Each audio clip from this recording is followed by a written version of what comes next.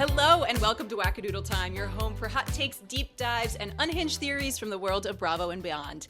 Each week we take someone's Bravo hyperfixation and use it to discuss big ideas filtered through the perfectly imperfect people on our TV screens. We are your hosts. I'm Ellen. And I am Amy. How are you, Ellen? I'm doing great. I have a hot cup of coffee here ready to go, so I'm awake and alert. Now, are you a hot person in hot weather person? Yeah. I mean, a hot drink in hot weather person. Yeah, I always like my coffee to be hot. I'm a psychopath in that direction, not in the iced coffee all times direction. That's me. I mean, at home I drink it hot because I can't be bothered. But if I'm ordering ever, my preference is cold, even when it's negative degrees outside. I feel like that's cooler. I think. No. I don't know what it is. I have a little bitch-ass mouth that is very sensitive to temperature. Sure. So if I order a hot coffee out of the world, it's going to be very, very hot, right? Sure. And then I'm going to be carrying it around for 2 business days until I can drink it. Yeah. So with an iced, I know I can just like suck it down in 12 seconds. Sure. Yeah, and it'll find something else. Get its job done. Yeah. Yeah. I saw The Odyssey 2 days ago, and I don't know, it's good, guys. Christopher Nolan makes pretty good movies. Did you know that? I had a good time watching it. Me too. I thought the acting was all good. Obviously, Samantha Morton was the star of that movie. And I hope she wins a lot of awards. Yeah. And justice for Cersei. Justice for all those women. Yeah, I mean, I didn't fall asleep. I only peed once. Uh-huh. And I enjoyed it the whole time. And Ben was like, from you, that's a rave. And Yeah. I would say yes. Yeah, I only peed once too. When I came back in, it was the Hades scene, and I was like, "No!" So I missed a little bit of that. I broke out laughing quietly by myself when I realized who was playing Agamemnon, who was in the very cool Agamemnon suit. I mean, come on. I lost my mind. It's like 3 toddlers in a trench coat. No, Yes. it's Betty Safdie. Yes. In the Great. coolest armor I've ever seen on screen. I loved that costume. I thought that was so fucking cool. It was giving Eli Roth in Inglourious Bastards. When they Yes. all that build up to the Bear Jew, and then he comes out and it's that guy that made Hostel. Okay, sure. That works. It worked. It all worked. It was a different to spend an evening with a boy movie instead of My Ladies from Bravo.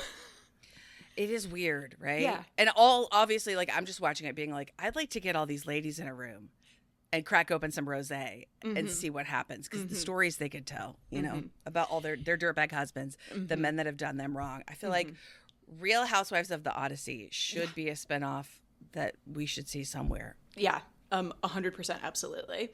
Emily Wilson, get on it. I think she's the woman who wrote the famous, like, recent translation. I think that's her name.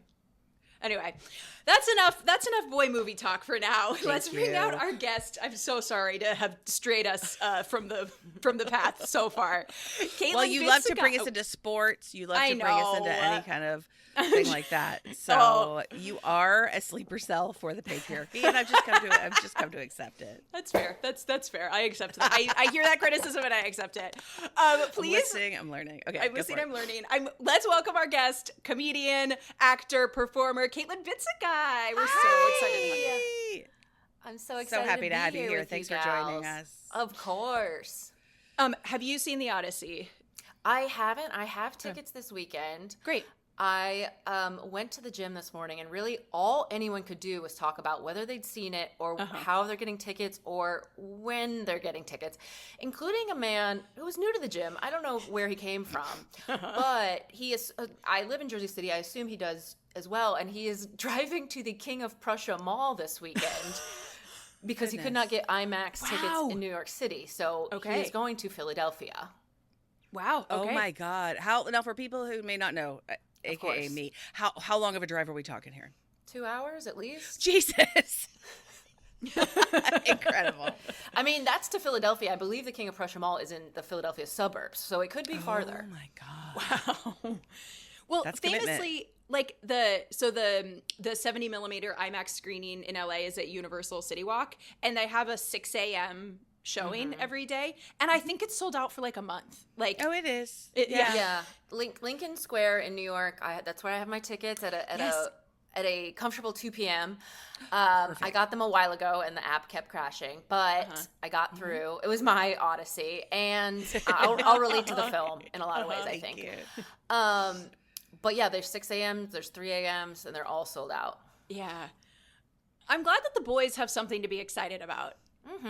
You know, good for them. They so rarely do, you know? It's nice. Give them a little treat. And the fact that it's a Homerian epic poem. Yeah. At Good least for you you, learn boys. something. They're getting into poetry by accident. They don't know that. Right. But. They might, by osmosis, pick up something about like post-traumatic stress disorder. Yeah. Next thing you know, they're reading Mary global Oliver. imperialism. Oh my God, reading Mary. We can only hope and dream. That's far too much boy movie talk for this podcast. Let's get back to Bravo. Caitlin, how long have you been a Housewives person or a Bravo person or a reality TV in general person? Great. I have been a reality TV person really since The Real World, and I would watch it in elementary school. And I loved it right away. I was like, these are real people. Wow. And I think it hit at a right age. I was truly like 8 watching 22-year-olds, but it was so aspirational at that time of like, they live alone and like one of them is going to go to law school maybe. And that really like planted the seed of loving reality. And it was all about MTV in those early days. I would say through high school and college, it was really all about MTV because then we got like The Hills and all of that goodness. But really, I don't think that the idea of Real Housewives really appealed to me because I hadn't been a Desperate Housewives fan, which is what it kind of originally was supposed to be the real version of. Right. But I think I just caught a marathon once and I was like, you know what? This is the rest of my life. This is going to be the next 20 years. And it was an OC like season 1. Like I was like, yeah, actually I'm in. And I hope they do 30 more cities and 20 seasons each because I will be watching every second. And you got your wish. I know. I'm here with Vicky. I mean, Michael, who is the kid that that she crashes the frat party, he's 40 years old. Oh my God. Because they said that in like the last episode or so, and that made me feel old. It wasn't that this show has been on for 20 years, is that he is 40. Michael is 40. That's crazy. Yeah. Wow.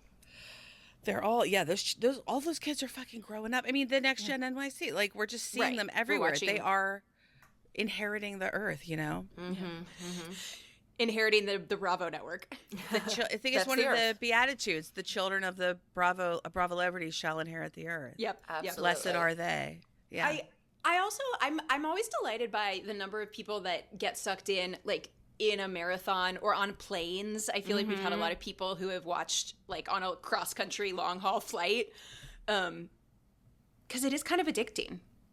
Totally. Yeah. Totally.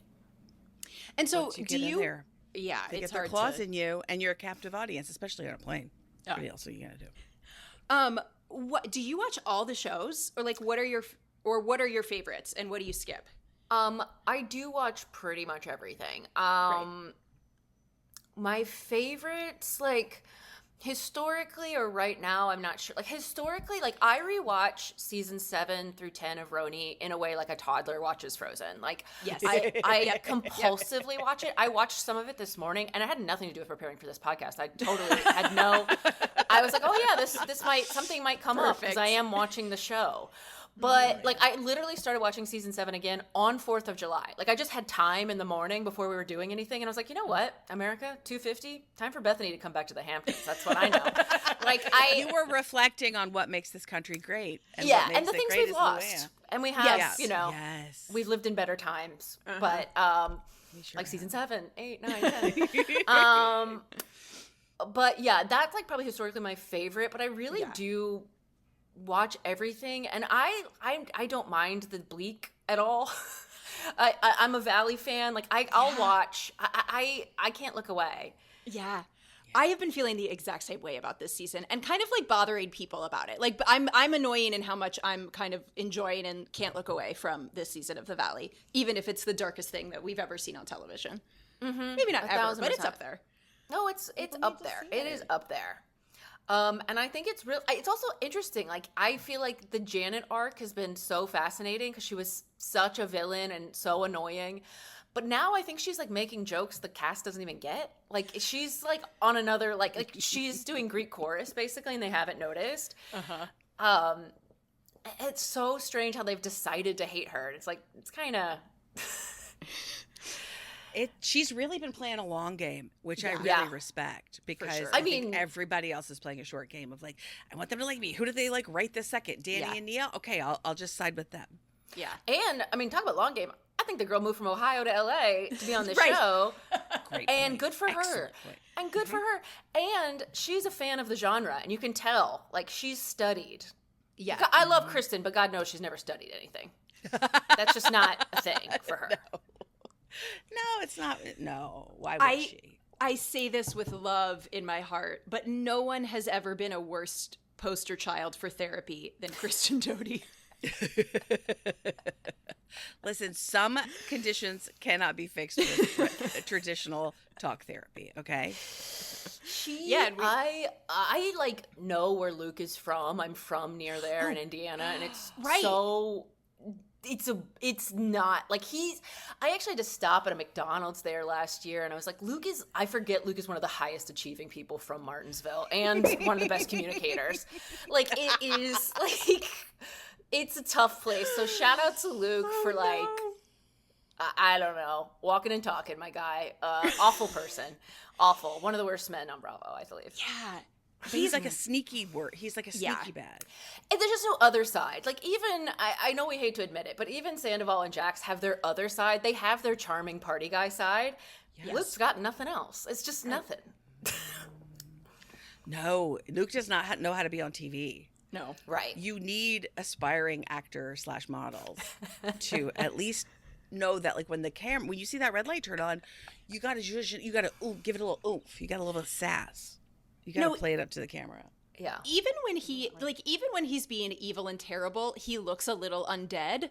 And so yeah, he doesn't have it. He doesn't have what Jax has. Right. Okay. Right. When Jax is on the verge of murder, you're still like, what a star. Yeah. Exactly. I can fix him. We can fix him. I just need It's like one Robert De conversation Niro with him. in Cape Fear is a star. Oh my God. Hello. Yes. Jax is Robert De Niro in Cape Fear. Thank you. Yes. 1,000,000%. Okay, what else are you watching right now that you're enjoying and having a fun time with? I think I'm talking with my friends the most about Next Gen NYC.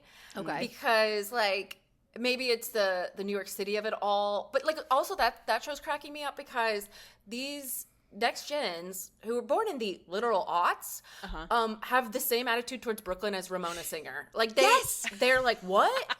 I'm like, how did you were born, like, during Indie Sleaze, and you are like, I don't know.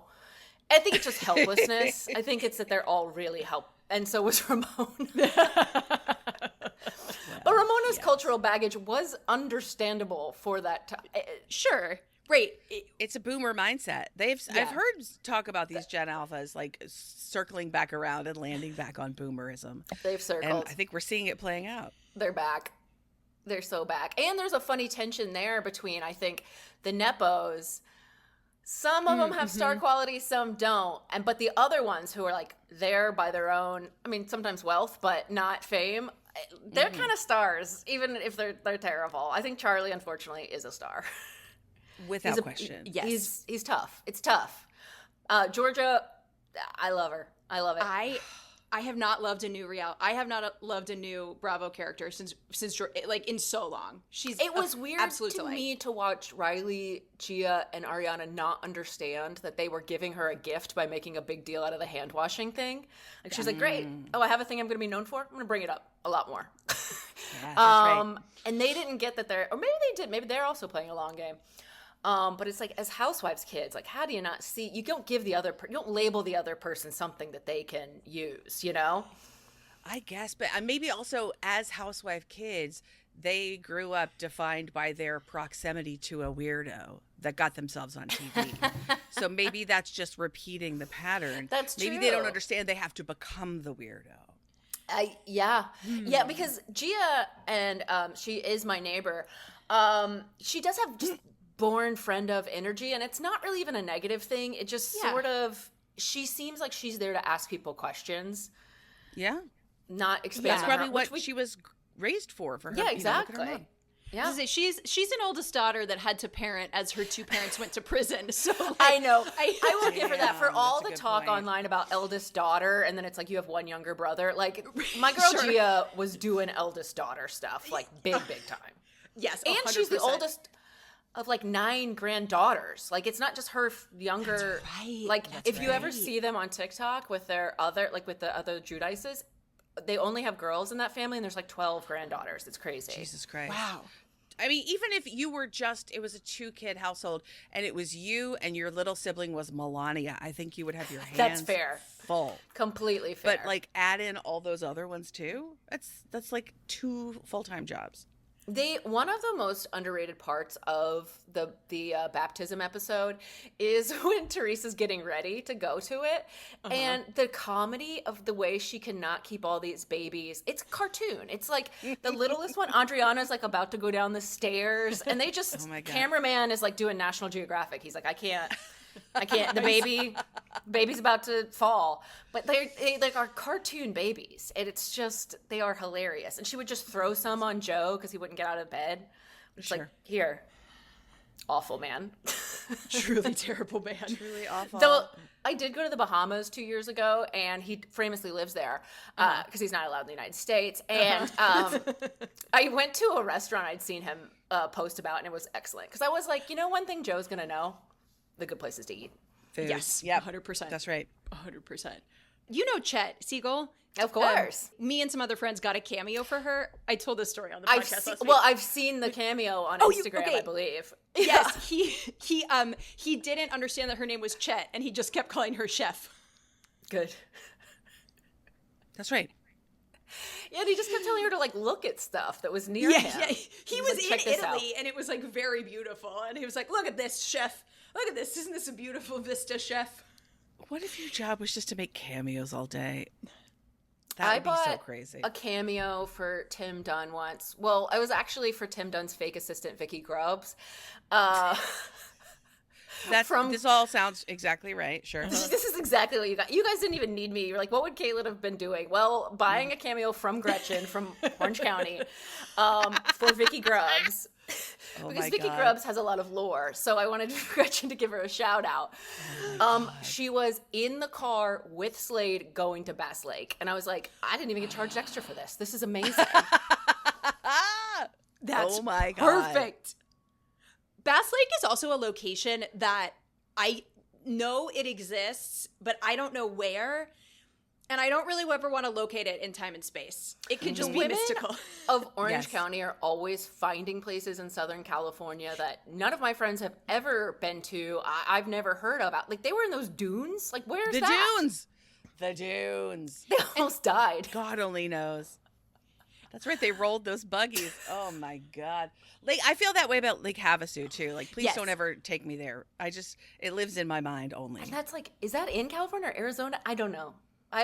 In my mind, it's near Vegas, but I don't think that's right. Oh, it could be. That's what my brain decided. Absolutely. I don't know, and I'm not going to look it up. I think it's on the border of California and some state. Another state. Some state. Absolutely terrifying. Okay, so other than Roni seasons like 7, 8, 9, 10, do you have favorite seasons, favorite shows, or even specifically favorite housewives that speak to your soul? The season of Atlanta where I think Phaedra and Cynthia are both introduced, and Phaedra is pregnant. I think my favorite like comical plot line is Phaedra lying about her pregnancy timeline. Yeah, it's so good. Yeah. Because she's so smart, but she's just like, no, I'm not going to admit how numbers work. I absolutely will never admit how a number works. And they are so good at comedy where they know that they need to drop their individual games sometimes to just be like, it doesn't matter that we're mad at each other. We're going to tag team, and we're going to get this woman to say that pregnancies are 5 months, and that's normal. And like, we're going to get her to say it because it's so funny. This is now a group scene. Yes. That one, I do love. All the OC Brooks seasons are crazy. Oh my God. Again, it's another. I think I'm attracted to just bald-faced lies. Yeah. The Emperor Has No Clothes, I guess, is like my favorite thing. Of just like, another good example of that was on Shaws of Sunset, Mike lying about his text with this girl coming out, and he's like, he comes down to meet the other guy, and the other guy's like, well, I saw the text. He's like, those were made up. They weren't even like iMessage. They were something else. And he's like, yeah, it was WhatsApp. He's like, but I don't know what WhatsApp is. And he says, we scheduled this meeting through WhatsApp. Like, I let you know I was down here in the car via WhatsApp, and you believe that you can get in this car and say you don't know. Like, those people have, and it's why like George Costanza's a great comedic fictional character. The belief in yourself, it's just. There's something, it's intoxicating completely. Committing to the lie. It's amazing. Yeah. And I also like the Vanderpump Rules. This is a little different, but leading up to the revelation that Kristen and Jax, that was true. Because I will say, I think it's also slightly before we were all over social media knowing exactly how everything's going to play out. So I legitimately didn't think they had hooked up. Same. I legitimately thought, because Kristen I thought she was a really good liar. Jax is also so even all the time that I don't know. He's sort of it's a sociopath. It's different than being a good liar. I think he's always lying. Yeah, and he barely knows what the truth is. So when that came out, like that's totally different. It's not as big as the modern scandals, but it played out very differently because you really watched it on television happen. Yeah. Yes. Yeah, and. Well, in a similar way, part of what was so fun about the Scandival was watching the season and watching everybody, even though like we the viewers already knew what the truth was, it was interesting to watch everybody on the show not know what the truth was. Yeah. As the rest of that season played out. Yeah. But yeah, season 2 of Vanderpump Rules is like one of my favorite seasons of television of all time.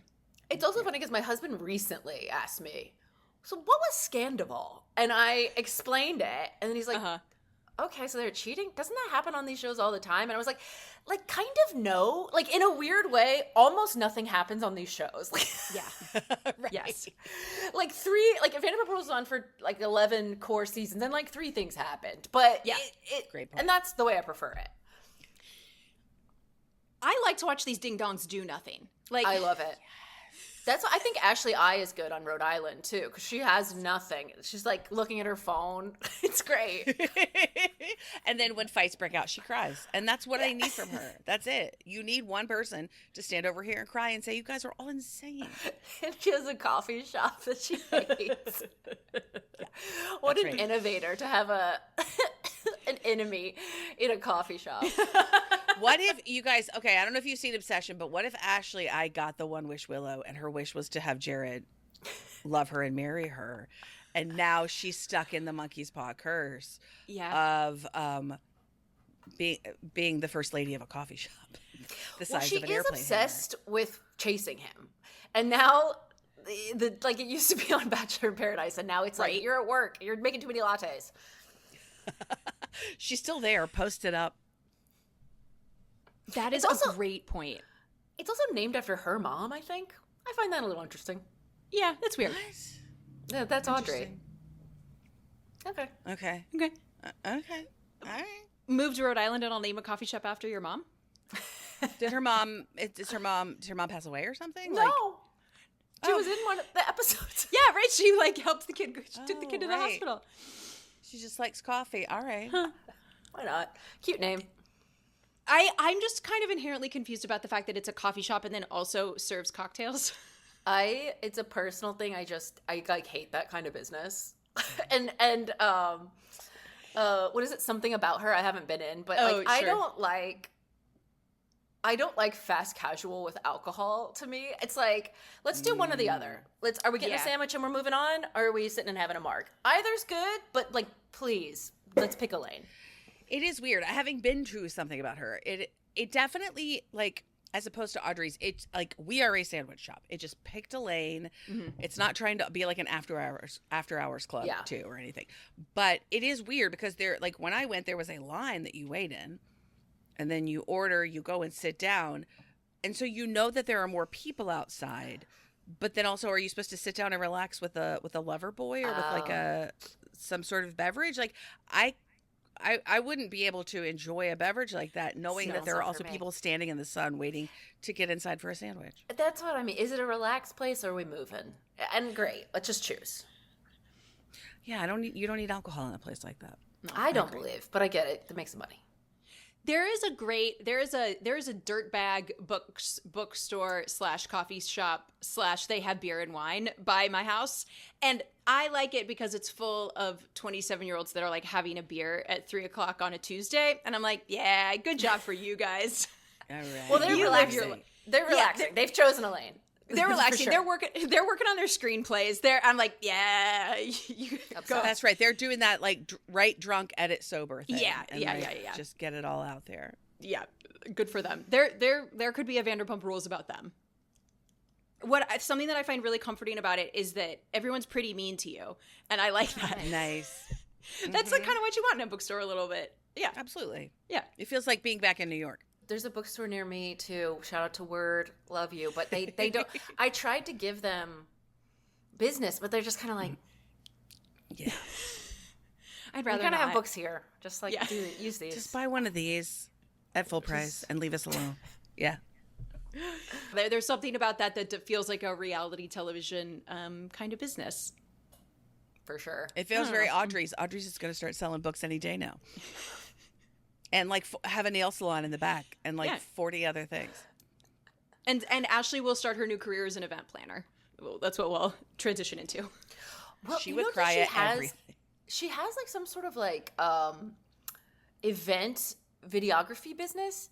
Okay. How do I know this? Because she's looking for a new manager for Audrey's, and I took a screen grab and sent it to my friend, Fat Carrie Bradshaw, on a line because he's a great influencer and has a lot of work history as a restaurant manager. And I was like, you should go do this and get all the content for all of us.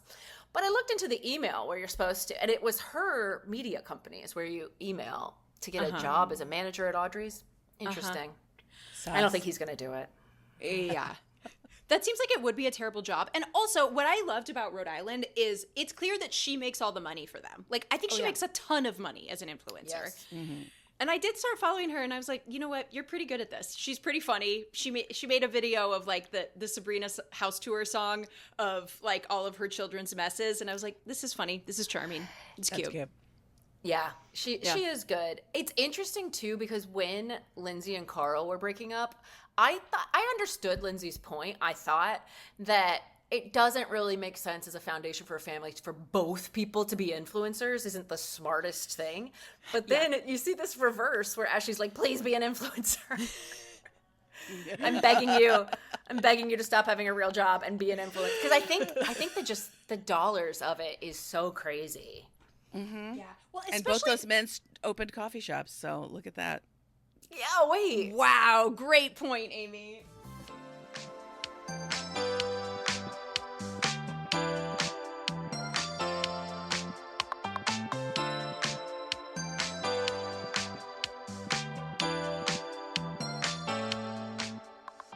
Caitlin, is there like a theme or an unhinged theory that you want to discuss today? Yeah, there is. Okay, let's get into it. And it's that I think it's quite hinged, but I would rather watch a friendship, whether it's toxic, fractured, best buddies, than enemies.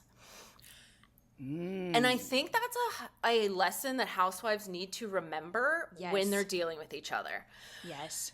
Because when you have a true fallout and then you are enemies, it is actually not really entertaining at all.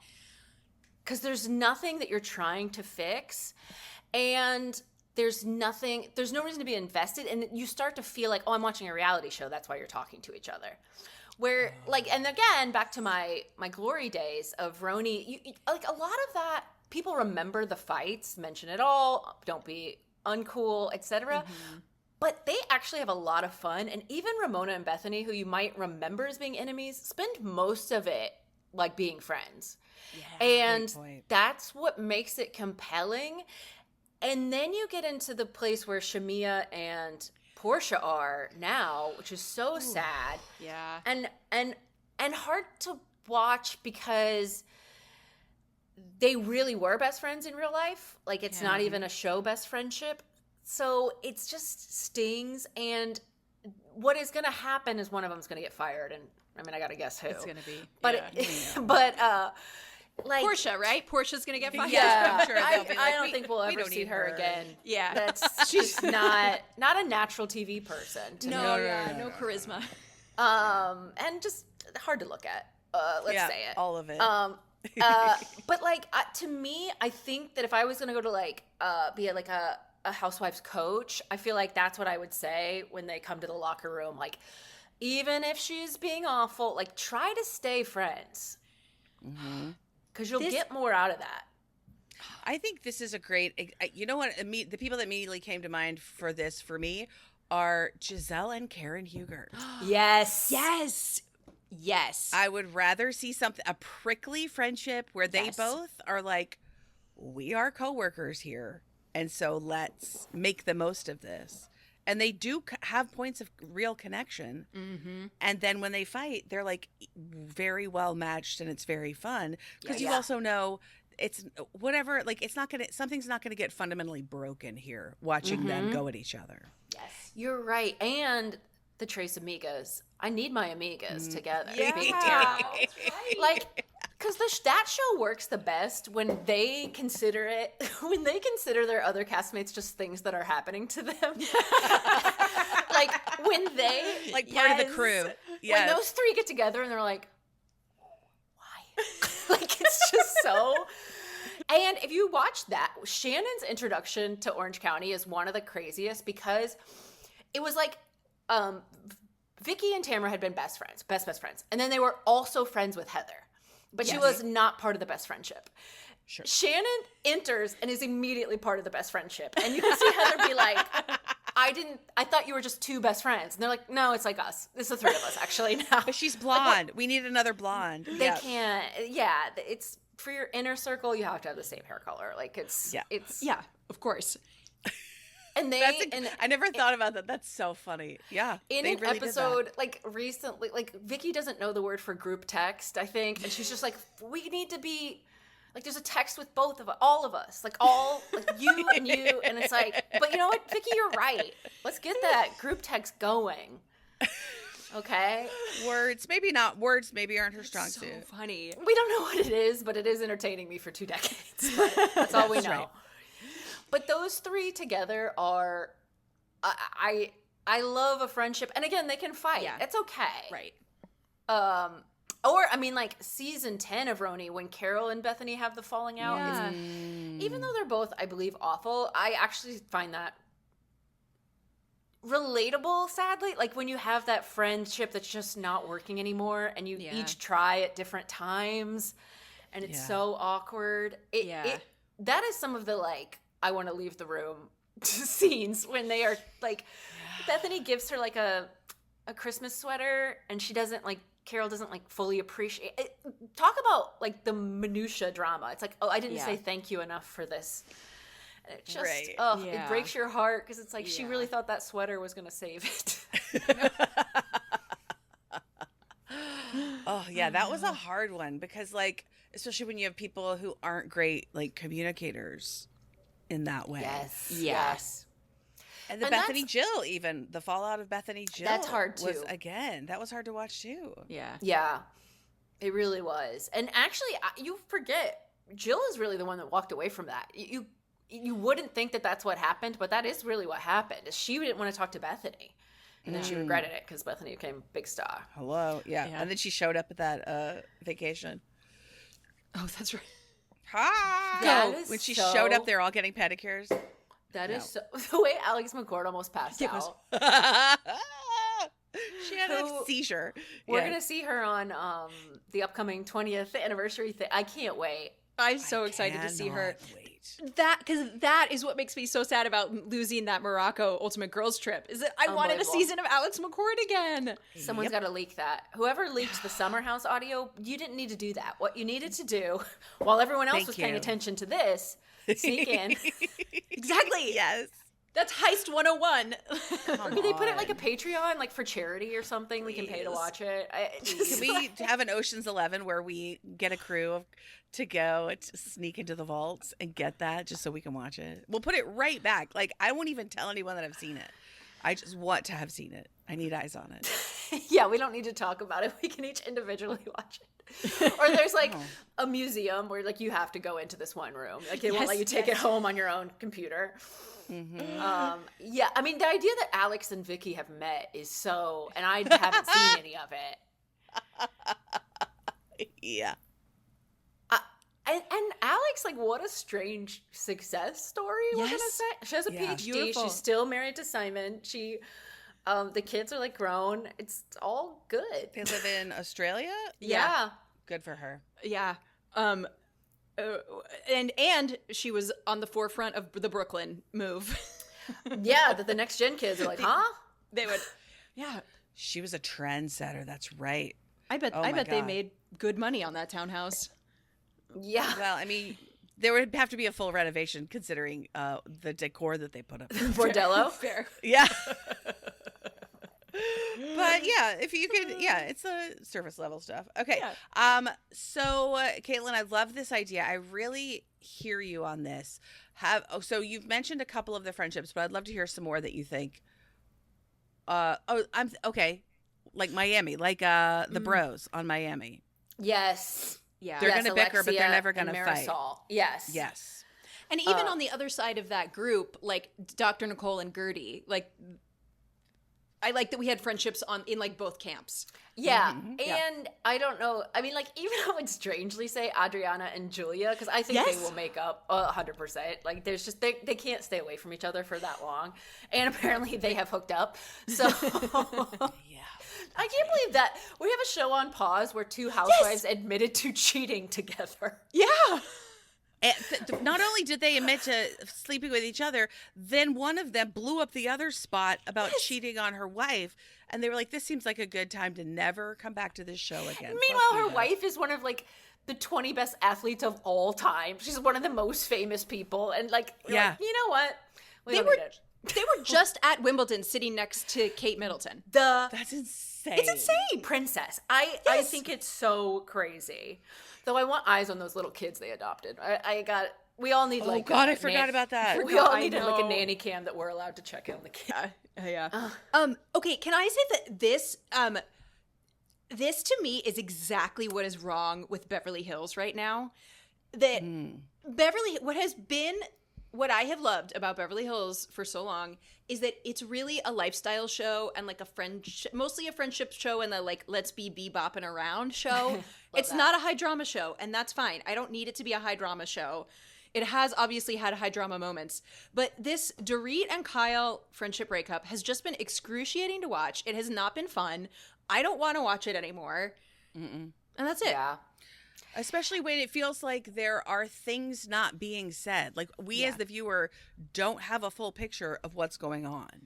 Because as always in Beverly Hills, people are just like really pumping their own narrative and not giving us full truth. Yeah. Yeah. And they're scared to call each other out because then, you open yourself up, which is something I will say, like a lot of people don't like OC, but they will absolutely just be like, you got to stop hitting houses with your car. It's just like you're an alcoholic.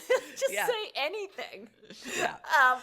But I agree. And I think actually what's kind of sad about that one is I think when it comes down to it, for Kyle, Dorit was a show friend, and she has a lot of girlfriends that are her real friends. And for Dorit, Kyle was like her only friend. I know. And I do kind of hate to say it. I miss watching PK and Mauricio laugh at Erica's husband, Tom. Yeah.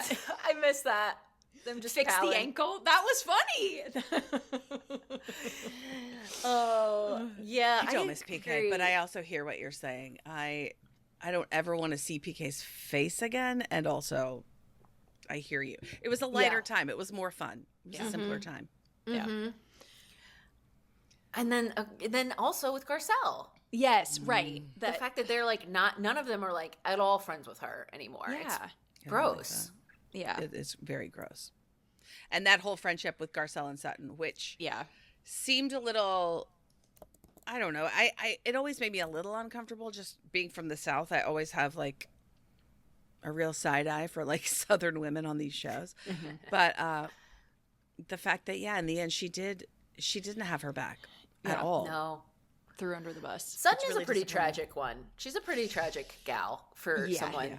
Like, she just needs popular girl validation so badly. Yeah. It feels like she's never going to really date anyone again. She's so scarred by her ex-husband. It's just not. And then, of course, Reba. I mean. Reba. Oh, Lord. I think she's kind of a bummer. Exactly. No, you got to see exactly why she is the way she is. You had a week of feeling sorry for her, and then she went right back to being an asshole. Yeah. It was tough.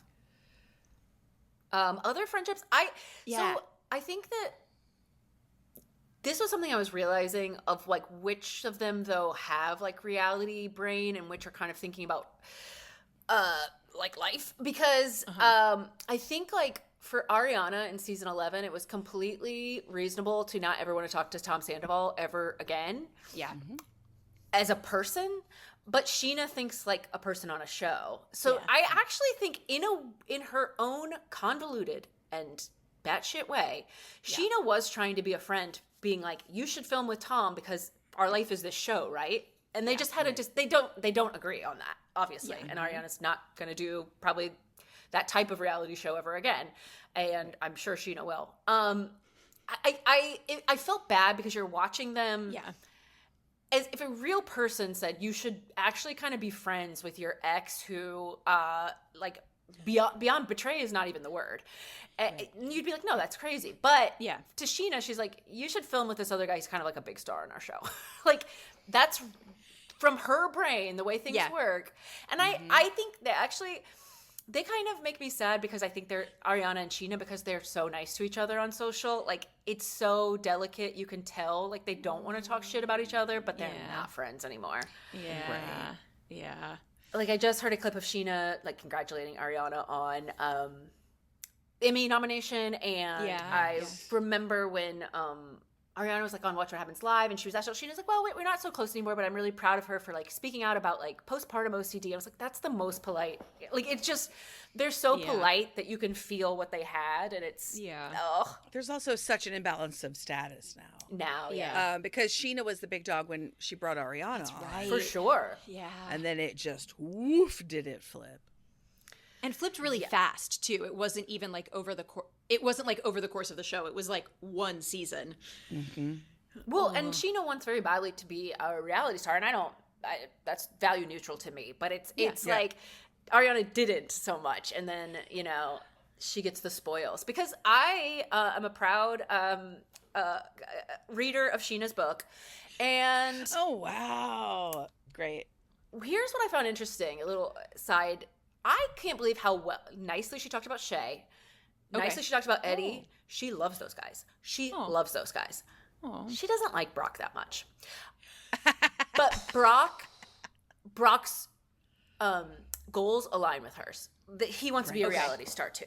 So I think that's like who she's like chosen, because it feels like this is the guy that finally wants to like make this happen with me. Unlike Eddie, unlike Shay, unlike Rob, unlike Adam, unlike so I thought that, but that to me, I was like, really, like, that is, she's gonna live her life for maybe not even these shows, maybe now it's her podcast, maybe now it's what being Sheena is the product. Yeah.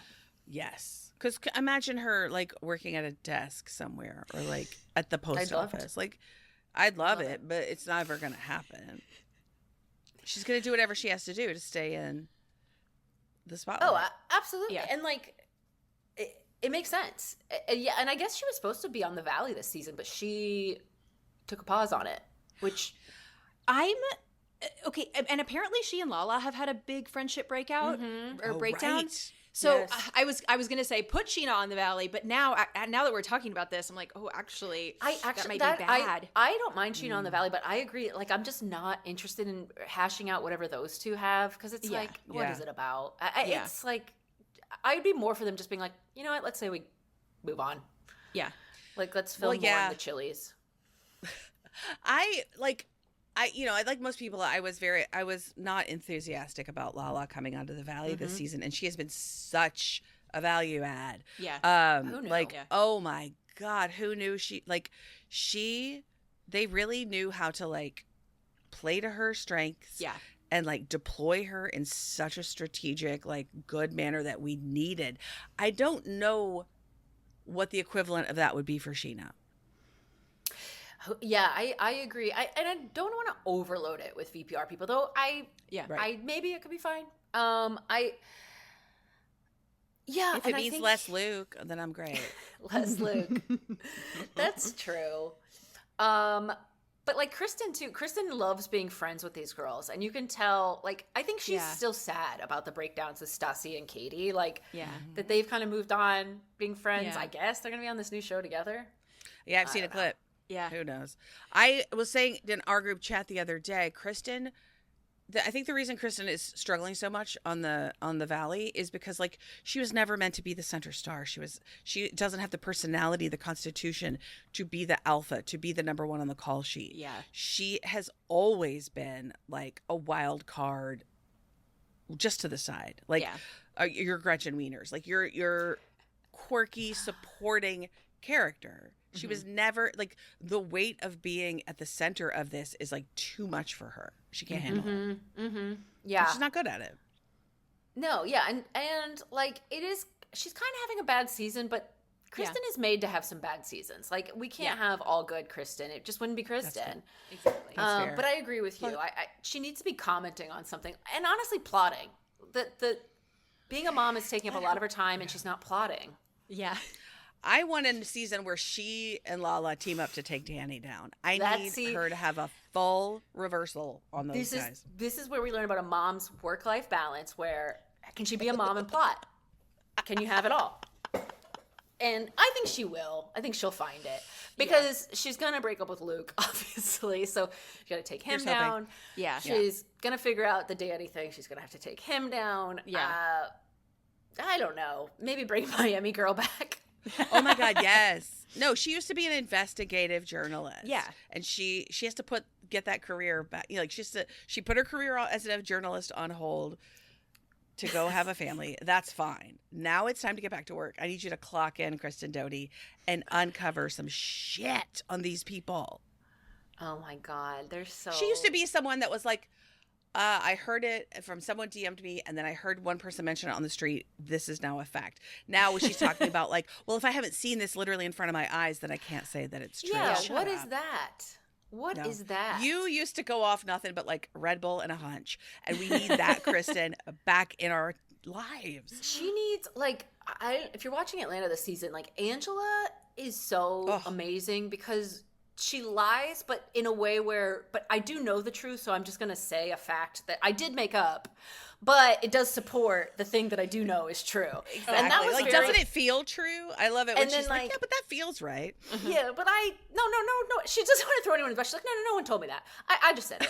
But like we need Kristen to go away with her for a weekend and be like, get your scheming back. Like, remember, it doesn't... You don't have to have heard it somewhere. You can make it up. Yeah. And that's, but you still might be right. And you still might be right. Yes. Because she's got great hunches. She's got great instincts. So we just need her to get back in tune with those again. We absolutely do. And I'm always, on the friendship thing, I can never actually figure Brittany out. Like, oddly, it's weird to say that, like, that you'd not think that's, like, a very deep well. But at the same time, I can't figure out, like, does everyone... like her? Do they not like her? I thought on Vanderpump they were happy that Jax, who frankly is the number one guy in the group, was with someone that they were not threatened by. Like, she was not socially going to threaten them. Yeah. But now she kind of is the number one gal in the group in the Valley, and I can't figure out like Kristen will say like she's my best friend, but then do you like her like at all? I can't figure it out. Yeah. It's intriguing, actually, because she seems to have this allegiance to Janet, and I guess Janet does to her. Yeah. Kristen hates Janet and, like, loves Brittany. Jasmine will also say she's her best friend. It's just like, what? Yeah. None of I it have makes no sense. idea if Brittany is smart or not. And I don't mean book smart. I I know. mean like savvy. I totally agree because, yeah, I mean, there is like, I mean, I think Jesse is a jerk for confronting Brittany, but he's not wrong that it's like, if Jax was doing all this, so were you. Like, come on. You think Jax was like keeping his plans secret at home? Like, no, he's saying what he thinks, you know? Yeah. So it is like, I agree. I totally don't get it. And then sometimes I think she's like, the fact she called that guy her boyfriend for 2 seconds. Oh my God. I do think she kind of knew it wasn't going to work out, but she's like, I just want to call someone a boyfriend and like have someone in between me and Jax in a way. Yeah. I think it's just like, I think that makes sense. yeah, I think so. I think she's just like, no, it is stupid to date this guy, but I'm just going to do it for a while. And like, it's like, okay, well then, yeah. Yeah, totally. For me, she's always been tricky for me because I'm, from the South. I'm not from, I'm not from Kentucky, but like I know these girls and like the moms that they had and the way that they were like, you have to be a shapeshifter. You have to be a people pleaser and like tell whoever's in front of you, whatever they need to hear.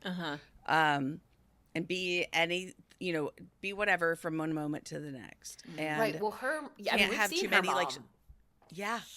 Her mom is like been obviously worried that she's going to lose her place with like Jax. Like it's just, she's tough. Yeah.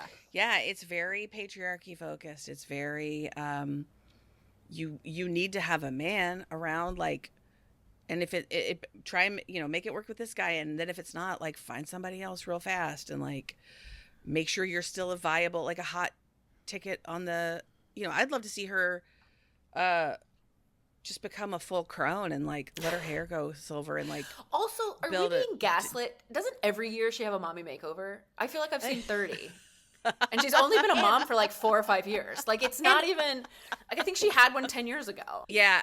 I mean, she loves to have a surgery on camera. The first episode of The Valley, she had that sling on her chin because she had just gotten chin lipo. That's right. She loves to do that shit with people watching, and I don't understand that. Yeah, I mean, starting with the boob job originally. Mm-hmm. Going to Mexico with your bandages, I've had to have a surgery where I've had those disgusting drains, and I can't imagine going to a party. Like, you don't leave the house when you have those because they're disgusting. It's scary that anything might happen to them. It's like so nuts that she went to an on-camera party with those drains. It's at the Tom's townhouse where she had to climb stairs. I've never been to Schwartz's house. I know it's full of like debris. Like, I don't like you. I know where it is. Harmed. We can sneak in after we break into the Bravo vault. We can do a little detour. We can watch it at Tom's house. Go sit at Jax's Hooter patio tables. Yeah. That Brittany looking at that, like, that's an ancient family heirloom. Like, so crazy.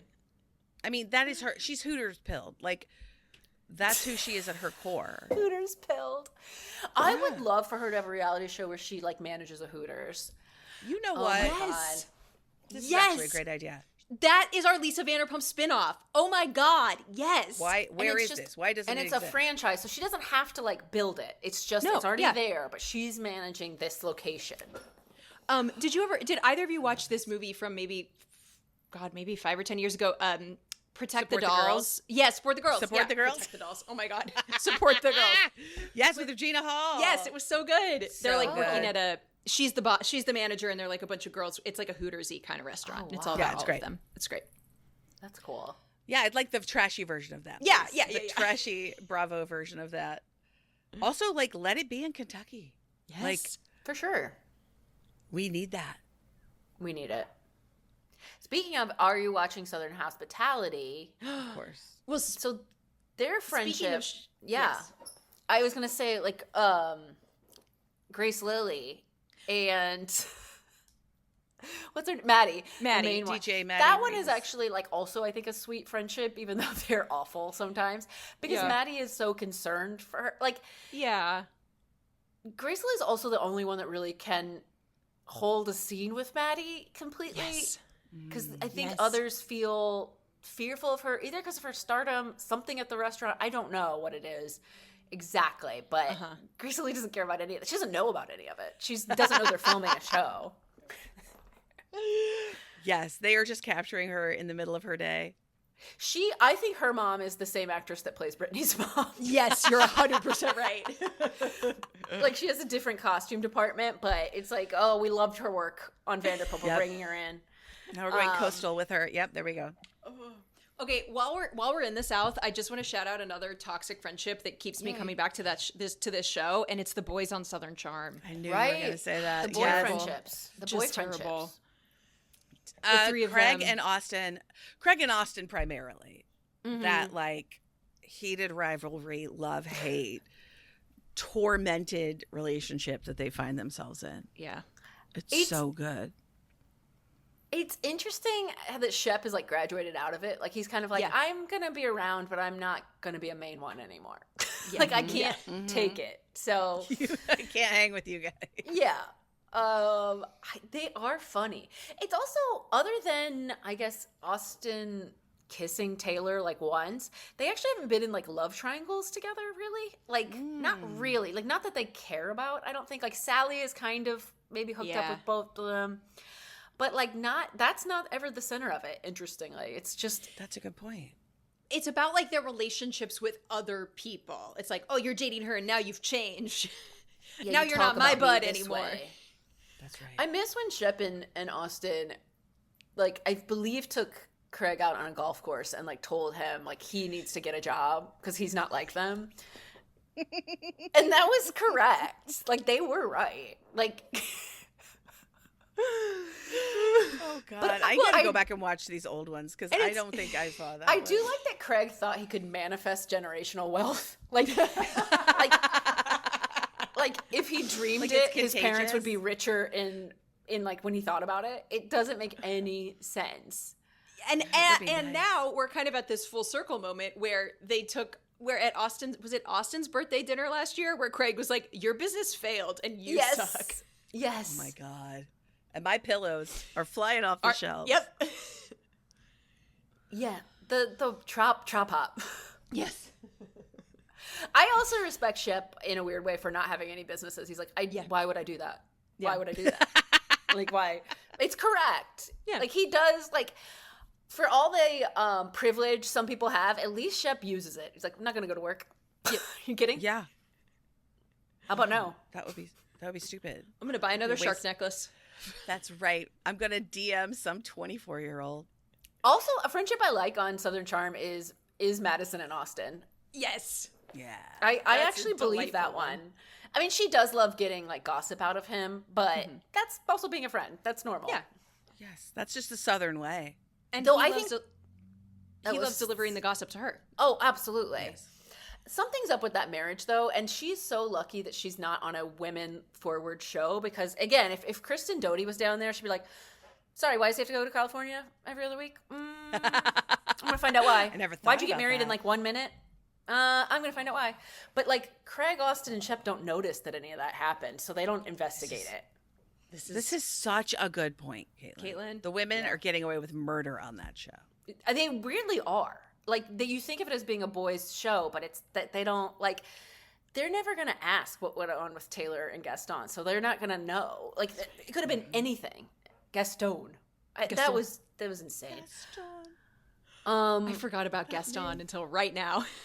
That's crazy. Or, like, Sally, all of Sally's, like, maneuverings last year. Yeah. Girls? A bunch of girls? And her claims about her job.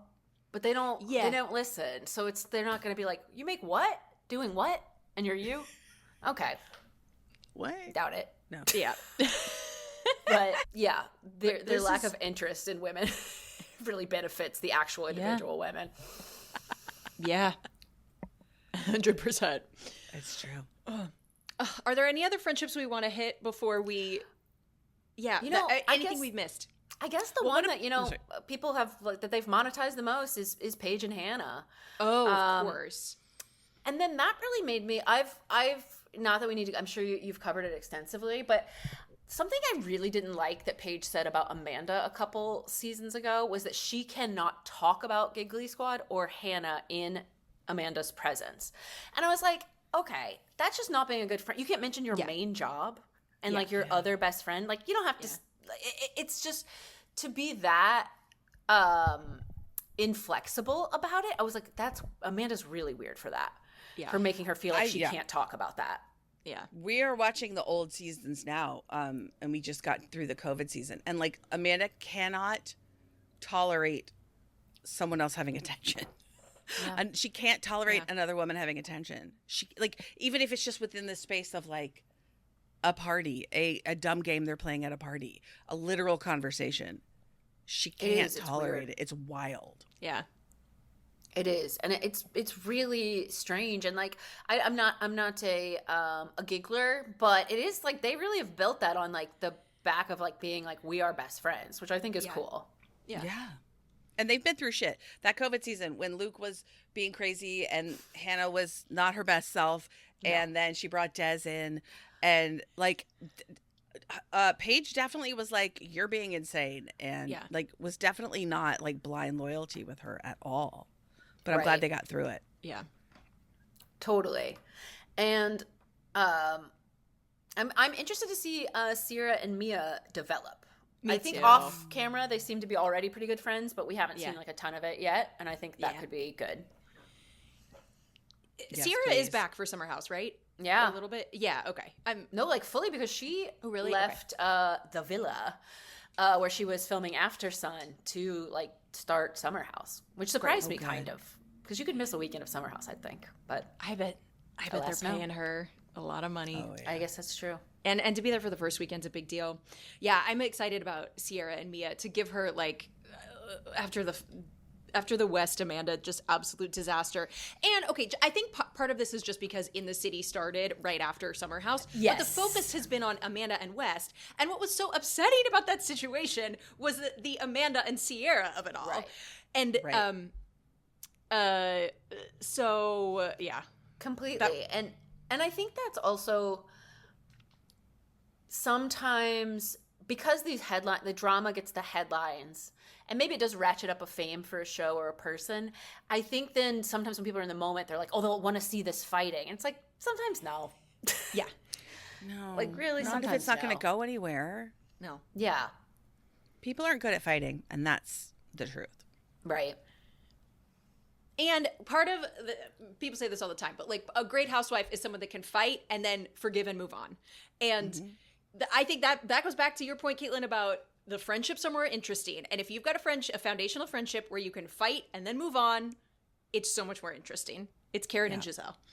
Yeah, Karen and Giselle is a really good example. Mary Cosby and Angie K have gotten into a nice groove with this, where they will have friction and then move on. Can't wait to see what's going to happen this season of Salt Lake. Salt Lake is a pretty good one for that in general. Like I think Whitney and Heather as well. Like sometimes they're cousins. Like they optionally will bring that up. And then Meredith and Lisa, like they all have their kind of things. It's interesting.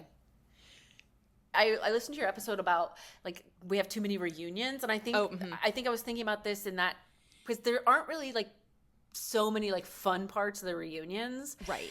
But sometimes they get headlines, and I think that's kind of made people act on the show like in a reunion, and it's been going the wrong way downstream or upstream, either way, some stream. Yeah, totally agree. Agreed. Totally agree.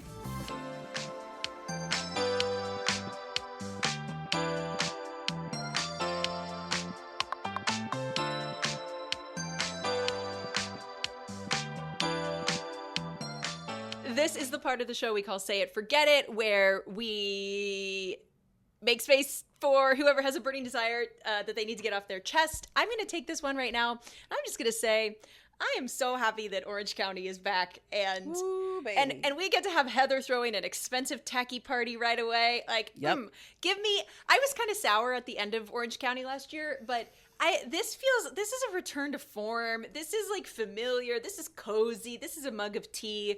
I'm having a great time so far. Agreed. Oh, and what about that producer who like put Shannon Bedore on blast this week? Oh, yeah. And said she was a monster. She's a monster right up until the second the cameras start rolling. Which surprises no one who's right. watched an episode. No, it's true. Also, I love that Vicky started the season in Mexico. Like, Yes. she's dying. It's like her one dream to be on this show. And then she's like, oh, I got to go back to California. Oh, damn I it. don't know I if was I want hoping to. to colonize Andelys, and they won't let me. It must be crazy to be Jill Zarin and watch Vicky, because Yes. Vicky has somehow like evaded cancellation just by the skin of her teeth. Like, it's crazy. She probably recorded the same message about the Super Bowl, but she just didn't like press record. So she just said it into her phone and then never like it. It's in her must drafts be for sure. Insane. No, she's an absolute terror of a person. But unfortunately, she's funnier and better TV than Jill Zarin. It was 1,000%. It was absolutely perfect to have her in the car being like, oh, my bandage, my cyst that got removed. I got These women are all in like body horror, and then her and Shannon rolling around on the beach. And I love that her new thing is that she is in love with Don, but she's dating someone else. But she said on Watch What Happens Live that she went up to Don and said, I wish I'd never divorced you, while her boyfriend's there. Yeah. Vicky. She needs to have One lunch of with one. Don on camera. Don owes us that lunch. You know what? Yes. Oh, I would love that. I would love that so much. Don with 2 N's. Wow. I forgot about that. Like, what's it short I for? I don't care for that. Don. What? Don, no. 3 N's. Short for Donnie. Yeah. I don't know. My God. Oh, Caitlin, this was great. Thank you so much. I really love this theory, and it's gonna give me a new lens to watch these shows from now on. And I hope that the Bravo execs are listening, that they take action. I hope they're I listening. hope the housewives are listening. You know, be a friend to your fellow housewife. You know. Yeah. That's right. Yeah. That's right. And remember, you can destroy them from the inside much better than from the outside. Great point. Do you have anything you want to plug before we sign off? Of course. You can find me on Threads and Instagram at Caterade. I'm also the director of Ask Sketch in New York City, as well as at the Austin Sketch Fest. We'll be headlining the 15th and 16th of August, so come check us out. Incredible. It's going to be awesome. Guys, thank you so much for listening. If you have a topic you want us to explore, you can write to us at wackadoodlepod@gmail.com. And remember, we pick these people apart because we love them. And we want them to be friends. Yes, be friends. Be friends. Be friends. Bye.